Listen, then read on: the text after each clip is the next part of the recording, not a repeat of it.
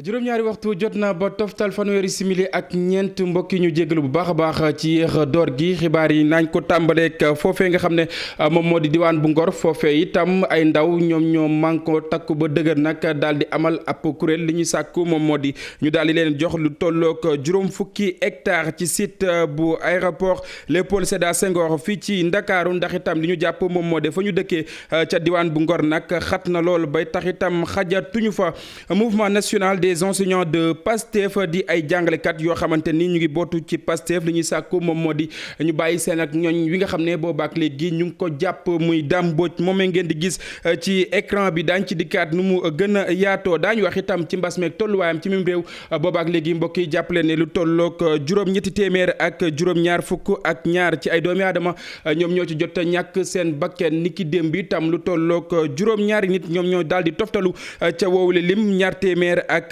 juróom benn fukk ak juróom ci ay cas positif la ñu am ni ki démb tey itam daañu wax lu soxal wàllu tàggat yaram football wax ci résultat yu juróom-ñeenteelu journée bu Ligue 1 génération foot nag daal dinay daan ñaari ball ci dara AS Jaraaf mbokki lu ni mel daañ ci dikkaat nu mu gën a yaatoo daal di koy faram-fàccee léegi lay doon.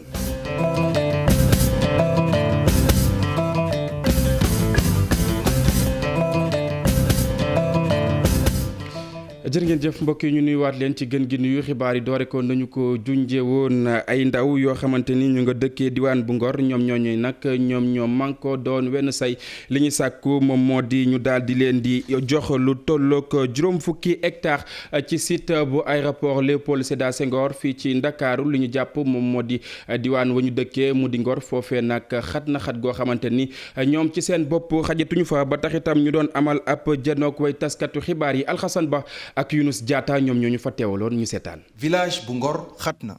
askan wi fi yeewoo ne mënatuñ fee xaj mu nekk dundin woo xamante ni dundin bu ànd ak fitna la ba tax na ñuy fàttali ki nga xamante ni moom mooy njiit réew bi ab promesse boo xamante ni defaloon na leen ko bu yàgg tey ci suba jaraaf ak notable yeeg kilifa yi nga xamante ni ñoo fare ci mairie bi ak ñi fare ci collectif ngir ñu yaatal village bu Ngor daal di joxante rendez-vous fii ci grande mosquée traditionnel. sunu naqar woowu ak sunu tiis woowu kii yàlla teg si bopp réew mi tey muy le président Macky Sall càmbaroon na ko ba taxaw wax ak àddina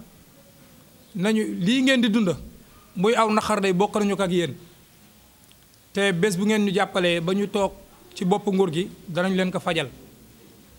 muy li ngeen xamante ne am na ci aéroport bii ngeen gis nguur gi fi nekk ni mu koy def jaaduwul. village bu Ngor li muy dund ci jafe-jafe bëri na ba tax na nag collectif bi di sàkku ñu jagleel ko lu toll ci juróom fukki hectare fële nga xamante ni moom mooy aéroport Dakar Yoff. village traditionnel bi dañuy wax ne 10 000 habitants au kilomètre carré mu doon lu yéeme te wallaahi dëgg la ku xool le remarquement des Almadies bi fi jàll nga xool suufas Ngor Almadies li muy jar ñu koy nangu sunu ñun. jaarale ko ci ay domaine maritime xëy déclassé ko def ko domaine privé de l'État jox ko ay nit ñu koy jariñoo ci jaay doole parce que ñoo toog foo ñu ci wàllu woowu di doxale lu leen neex di jaay doole ñu koy wax waa nguur gi ñuy fàttali àddina gépp aw askan lañu ni askan yi. yor askan woo xamante ne bu ñii di tëdd ci lal ñeneen ñi ñu ngi xaar ñu yeewu pour ñu dem tëdd ci guddi gi kon fitna mu ngi yeewu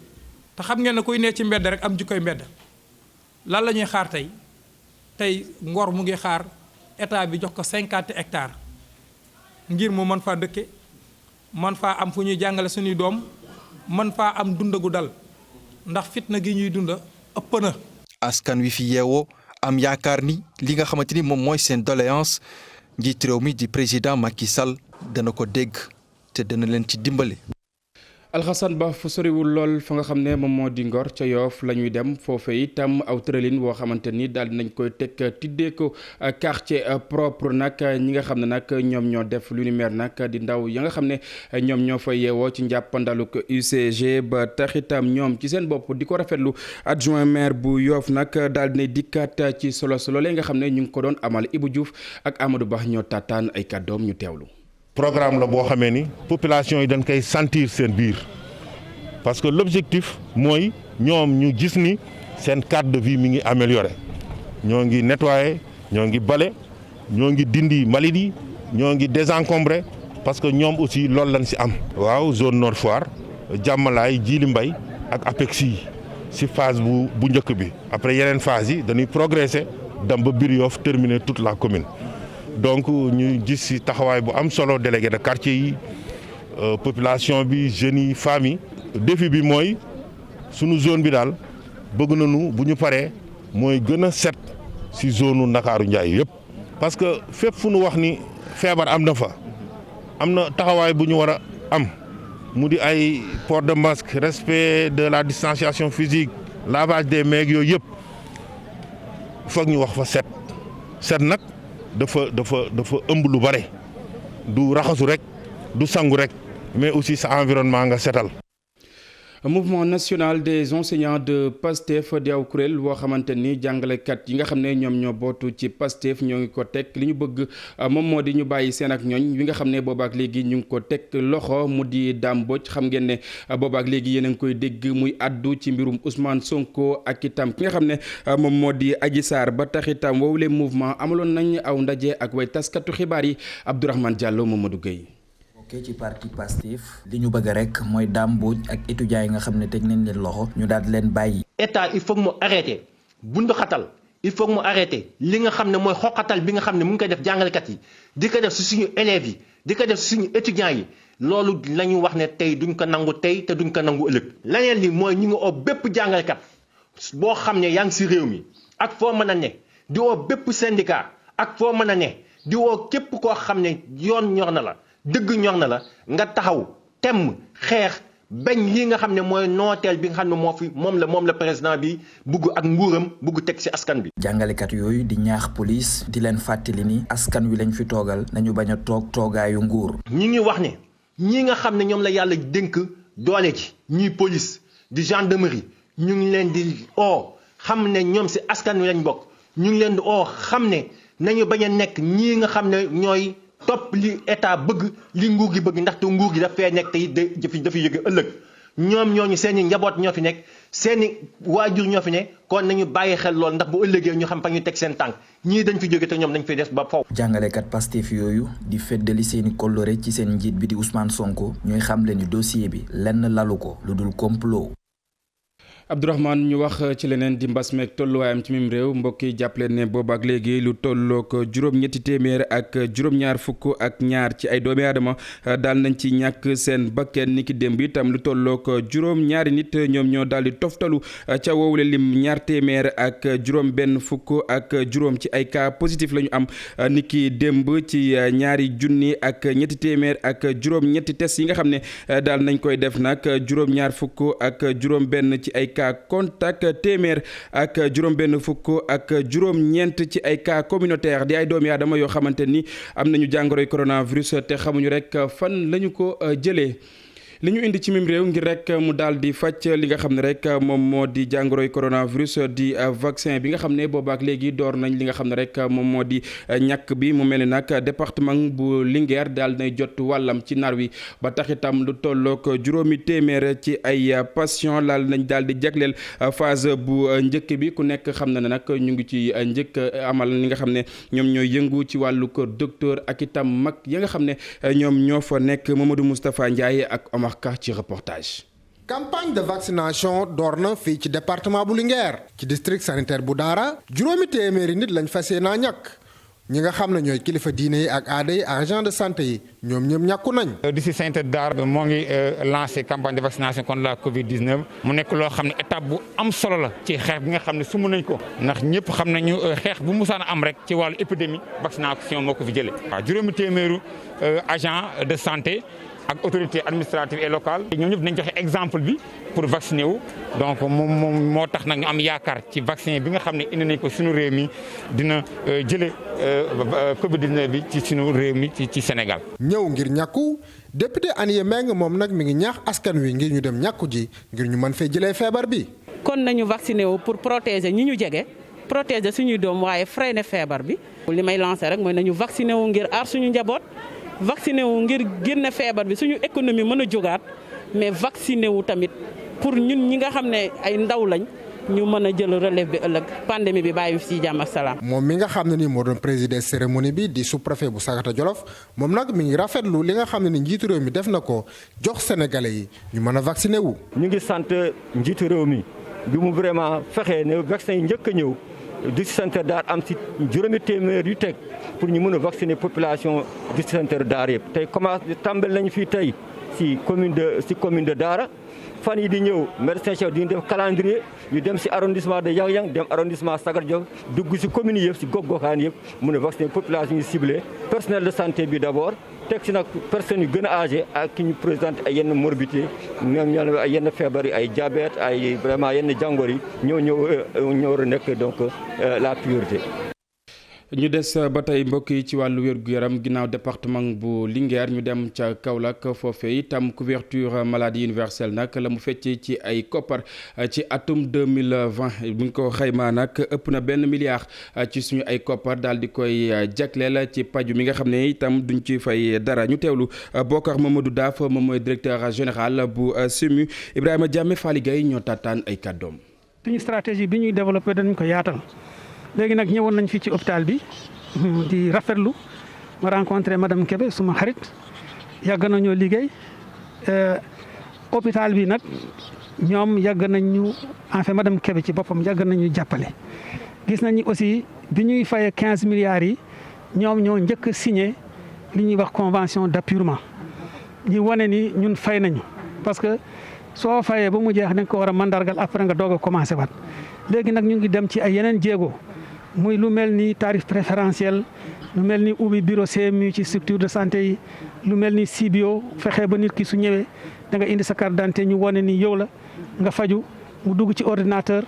ku nekk mun ko gis fekk facture yi du yàgg loolu yëpp ñoom pare nañu di ñu ci jàppale di jàppale aussi seen bopp di jàppale population yi donc globalement je pense que mbir mi ça se passe bien ici ak wàllu njàng mi ak njàngale mi mbokk yi ñi nga xam ni itam ñoom ñooy yëngu ci wàllu wi nag te jamono yi ñu daal di leen rek war a tàggat boobaak léegi yéen a ngi leen di déglu ñuy yuuxu wàllu nag ba tax itam ñuy sàkku rek jafe-jafe yi nga xam ne ñu ngi koy dund ñu daal di koy saafaral ni ki tey ji itam ñëwoon nañ fii ci buntu télévision Futurs Médias ngir rek daal di yëglu ñu teewlu Mame Balla Mbacké moom moo yor seen ak kaddu ci micro di sa Préra. formation boo xam ni bu ko jàngalekat yi amee du def lu dul enrichir n'est-ce pas les enseignements apprentissage def nañ quelques sorties il y a quelques semaines ci ginnaaw bu ñu defee sorties yooyu bon suñu xel daloon na parce que jàppoon nañ ni njiitu réew mi jot na ci ménage dafa ni formation boobu c'est réglé dañu ko ndooy c'est réglé kooku c'est derrière nous semaine bi incha allah ils vont démarrer la formation semaine bi jeex na gisuñu dara donc kon DFC dañ koy ñaan ne ko moom vraiment liñ ko dénk mooy formation et communication mais formation bi dégguñ ko ci. ñu wax ci leneen mbokk yi lu tolloo ko fukk ak ñaar ci ay bëy yoo xamante ni daal dañuy lakk ba jeex ay xaritam naka noonu seen ak lim toll ci ñeent ay néegu ñax yoo xamante ni daal nay coppeeku aw doom lu nu mel moom mooy bilan wu lakk-lakk wa nga xam ne moom moo amoon ca Sinthiou Kélimane nekk ca diwaan bu Nganda ba tax itam ña nga xam ne ñoom ñoo fa yeewoo jamono yi nag ñu ngi sàkk wàllu ci loolee nga xam ne gane si na leen ñu teewlu reportage bu Omar Ndiaye ak Boubacar Fall bopp. Sinthiou Kélimane benn quartier la bu bokk ci commune bu Nganda département bu Kaffrine jamono ji safara sa lakk na fa lu toll ak fukki néeg ak benn ak i xar bëy fas ak mbaam ak yeneen jumtukaay moo waral sous-préfet bu arrondissement bu Katakel dem massawu leen Mouhamadou Thiouwalo Anne. donc gis nañ fi benn lakk-lakk bu métti am na fukk ak benn néeg bu lakk ak am na juróomi tonne nga xam ne li dugub la lakk na benn tonne bu gerte keme la te lakk na am na tamit 200 kilogrammes bu mboq lakk na ngooñ presque 300 sacs lakk na am na tamit ay jur yu dee benn fas benn mbaam ñeent xar ak fukk ak ñaar béy loolu ak xaalis bu takku xamaguñ sax lim bi ñaata la ak tamit ay yére ay matériel agricole ak benn charrette loolu yëpp gendarmerie bu def ñëwee dina def kémt lay kattanam def benn enquête. askanu Sinthiou Kélimane jamono ji nekk ci njaaxle gu ma sëkk bu ñu fanaan jamono ji ëlëm na leen. man de tey jii yaakaaruma ko man sama njaboot xanaa kenn ku ne dellu ci ay bokkam. moo waral maire bu commune bu Nganda Baye Niass Cissé di sàkku nag ci nguur gi mu def kémt kattanam wallu leen ci lu gaaw. woote wallu ci le président de la République jaarale ko si ki nga xam ne tey mooy ministre bi yore ndimbal li indi la dimbal li mu gën a gaawee soxla nañ ko amuñ fuñ tëdd amuñ luñ sol amuñu lekk xaalis moom a signal 2 millions bi xam ne ëpp na ko sax. jamono ji nag ngelaw li takkaar naa si fii ci diwaanu Ndoukoumane ak li ko wër fu ne la daay di soqeekoo te lu ëpp ci kër yi lu bëri ay néegu ñax leen te ngelaw li mi ngi wër di jolli fii ci diwaanu Ndoukoumane. ginnaaw Ndoukoumane Omar weneen ab diwaan ca Ziguinchor foofee nag mu mel ni ndaamaar way takk der yi moom moo mbëkk benn poto ba tax lu tolloog juróom ñetti quartier nag jafe-jafe la woon ngir rek ñu daal di am ak courant ba tax itam délégué régional bu Sénélec ba nag mu ngay wëy di wax itam leneen loo xamante ni mën na tax jëy yu ni mel du fa am maanaam lépp lu soxal wàllu câble yi ñu daal di koy jaarale si suuf dañuy teewlu ay kàddoom ci micro Lamine Mondian ak Boubacar Diassi. poto bi bi ko oto bi mbëkkee poto bi dafa daanu ci suuf courant bi daal di coupé ndax sécurité yi équipe yi daal di mobiliser wu pour ñëw réparer donc réparation bi xaw na jafe tuuti parce que poto bi mu mbëkk moo nekk poto bu xaw a spécial ndax poto la buy boole ñaari tronçon fil yuy jógee benn côté bi ak beneen côté bi da leen di boole téye leen donc du poto bu ordinaire bu doon poto bu ordinaire liggéey bi mënoon naa gaaw mais bii dafa laajoon ay jumtukaay yu bëri. moo tax ñu mobiliser équipe yu bëri pour ñu ñëw mën a intervenir ndax mu mën a gaaw liggéey bi mën a gaaw quoi. ci Ziguinchor mais li gën a bëri ci Cap Skirring la ak jàpp département Oussouye bi yëpp donc ci liggéeyu densification yi ñuy def at yi di ñëw problème yi bu amee day am neneen nu ñu koy jëlee suñu réseau bi dañ koy densifier ba nga xam ne bu ñu leen alimenté wu fi mën a jël clients yi ñu alimenté leen par beneen source loolu ñu ngi ciy liggéey ak benn entreprise ci programme renforcement. ci alimentation ak réseau Ziguinchor la nekk. diwaan bu Ndar-Géej ca foofee nag aw projet woo xamante ni daal nañ ko fay naal maanaam gën a joyantiwaat woowule diwaan waaye itam lépp lu ñeel wàllu xàll wi nga xam ne war nañ faa mën a pavé ñu daal di ko fay defar yenn ci ay taax yoo xamante ni itam màgget na ñu daal di koy joyantiwaat lu ni mel itam moom mooy bëgg-bëgg bu jiit bu bokk moomeet ba koppar ya nga xam ne fas yéene nañ ko ficc ci toll na ci juróom-ñeenti milliards ci suñu ay koppar ñu teewlu reportage bu Seydou Diop ak Habib Seck. Ndar àndoon nag conseil municipal yi nekk ci diwaan Ndar Géej demoon nemmeeku fële ci Pikine ginnaaw raay benn esplanade boo xamante ni war nañ ko fa taxawal toll ci téeméer ci ay millions waaye tamit maison de l'île bi nga xamante ni ñu ngi koy liggéey toll ci juróomi téeméer ci ay millions. am na lu bëri am na mini piscine am na boulodrome am na salle de spectacle am na restaurant am na sax def nañ ci ay salle polyvalente pour ñu ciy def ay dojo loolu mu nekk loo xam ni lu am solo la dana changer lu bëri ci visage yu Saint-Louis. ci wàllu assainissement bi nga xamante ni sóob nañ ko te ñu gisoon ni jafe-jafe la doon am ci wàllu île bi loolee ay liggéey yoo xamante ni tàmbali nañ ko toll ci juróom-ñett ci ay milliards waaye tamit defaraat yenn yoon yi. xam nañu l'île patrimoine mondial de l'UNESCO la donc lépp loo xam ne assainissement la dañ ko defaraat au niveau de l'île assainissement nord ak sud toute l'île de Saint-Louis bépp mbedd bu am nord ak bu fa amuloon foo xam ne sax suuf la woon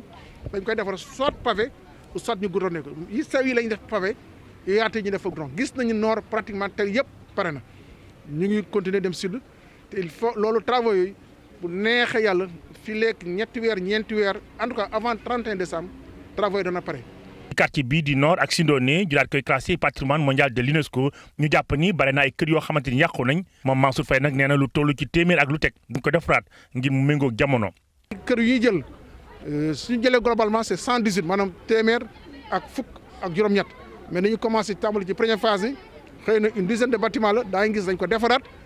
propriétaires yi maanaam dugal ci seen loxo parce que projet bi noonu la tëddee. ndaje bi nu mel ñu ngi ko jeexale ci hydrobase foofee nag benn poste de santé lañ fay taxawal bu toll ci fanweer ci ay millions. bari ñu nam sopp nag ci diine gi jëwriñ ji nga xam ne moom lañ dénk wàllu microfinance ak itam économie sociale ak solidarité nag moom Zahra Iyane Thiam jàpp ne lu ni mel dafa rek ndaw ba tax itam jamono yi nag li mu bëgg moom moo di ñu daal di koy gën a ñoŋal ñu teewlay kàddoom. programme islamique xel yi dañuy daal di jàpp ne jullit yi rek a ko moom te dañuy fàttali rek ne programme bi kuy jullit ak ku dul jullit yëpp la concerné. du programme bi ci boppam du moom mooy affaire u diine mais système la boo xam ne dafa am ci li mu wékku mais askan wi yëpp a ko moom moo xam jigéen moo xam ndaw moo xam entrepreneur nga moo xam nekk nga Dakar wala nekk nga ci yeneen gox yi. ci programme bi am na 4 composantes wax na aussi finance islamique lan la laaj ci wàll ñi nga xam ne ñoo ko war a jëfandikoo muy institution de microfinance yi ci wàllu xam-xam bi nga xam ne war nañ ko am pour jëfandikoo ko xam ne liñ ñu ci sant daal te mooy mu yegg ci askan wi yeggin boo xam ne dina leen jëriñ dana dëppoo ak li ñuy xaar loolu mën a ne. fondation Youssou Ndour daal di dikk ak njàppaleem nag ca orphelinat Kër Maam Jaara wa nga xam ne moom moo nekk ca diwaan bu Touba lay bëgg-bëggam moom moo di xale yooyu nag fas yéene di bëgg saa su nekk ba tax itam ñu daal di leen di jàppale ci yenn ci ay jumtuwaay yoo xamante ni des ko mën a jëfandikoo ñu teewlu Yaxam Thiam xam ngeen ne moom mooy njiit bu association yaay yi maanaam moom ak Aïda Coulibaly Ndour ñu teewlu seen i ay kàddu ya nga xam ne yëkkati nañ ko fa ginnaaw bañ ca noppee. tout simplement gërëm bu baax a baax ki nga xamante ne bi mooy marraine association boo xamante ne bi mi ngi tudd yaay ma nekk présidente bi muy Yaxam et Aïda Coulibaly Ndour donc association bi suñu baptême de feu ñi ngi ko defee fii ci Touba kon dañ ciy am yaakaar notre première sortie def nañ ko Touba am nañ ci yaakaar comme ni ngeen ko déggee dégg-dégg bi muy yaay kon defe naa ne yaay dafa ëmb lépp yaay dafa boot ñëpp moo tax dinañ fas yéene boot ñëpp liggéeyal yàlla te yàlla tax au niveau du Sénégal di remercier nag la fondation Youssou Ndour tout simplement parce que fondation Youssou Ndour dafa mës a accompagner actes yi nga xamante ne bi dañu koy faral di def di fàttali nag ne que vraiment lépp loo xamante ne bi xale da koy soxla macha allah jot nañ cee góorgóorlu ba indi ay garab yu nga xamante ne bi dafay soxlool xale yi defe naa ne lépp a ngi fi te ñun ñëpp dañ ci ànd vraiment avec les amis de Harouna Dia ànd ci nag ak kenn koo xamante ne bi aussi foog ñu tudd ko muy Sidiki parce que je pense que ñëw nañ avec 1 tonne de riz ak des dizaines de caisses d'huile et autre chose yu nga xamante ne bi daf ñu ko baaxee mën nañu nag énumérer toutes les personnes yu nga xamante ne dañu participer ci lii mais xam leen ne ñoo ngi gërëm ñëpp ñoo ngi sant ñëpp di ñaan yàlla mu continuer te ñu ko mën ñu def seen loxo pour que xale yi nekk ay njirim vraiment duñu manqué dara. fondation Youssou Ndour mu jëm gën a jëm ca kaw ca kanam di wax ne Youssou moom ku ne xam na mbiram Sénégal rek moo ko ñor moo tax toujours lu jëmloo Sénégal kanam ak doomu aadama rek moo tax muy dox. ñu jeexalee wàllu tàggat yaram mbokk yi football wax ci résultat yu juróom-ñeenteelu journée bu Ligue 1 jàppale ne AS Pikine daal ne dóor ñaari bal ci benn Mbour Petite Côte Casa Sport ñetti bal ci benn NGB Njàmbur mu mel ni nag Teungueth FC moom moo daal di dóor Njàmbur ñetti bal ci dara Seneps bu Thiès daal di dóor benn bal ci dara nag Dakar Sacré-Cœur mu mel ni itam Njàmbur FC itam daal ne dóor ñaari bal ci benn Stade bu Mbour AS Douane daal di dóor ñaari bal ci benn US bu Gorée Génération Foot daal di dóor ñaari bal ci dara Jaraaf mbokk yi lu ni mel la ñuy jaaree daal di yëkkati wile jotaayu xibaar dig daje léegi ak rédaction bu télévision Futur Média Cheikh Tidiane Diawo noppi na ngir faram-fàccee xibaar yi ci kàllaamay tubaab lu mooy loolee itam dañ leen di bàyyi ngeen wéy di ànd ak suñu ay programme jaa ngeen jëf.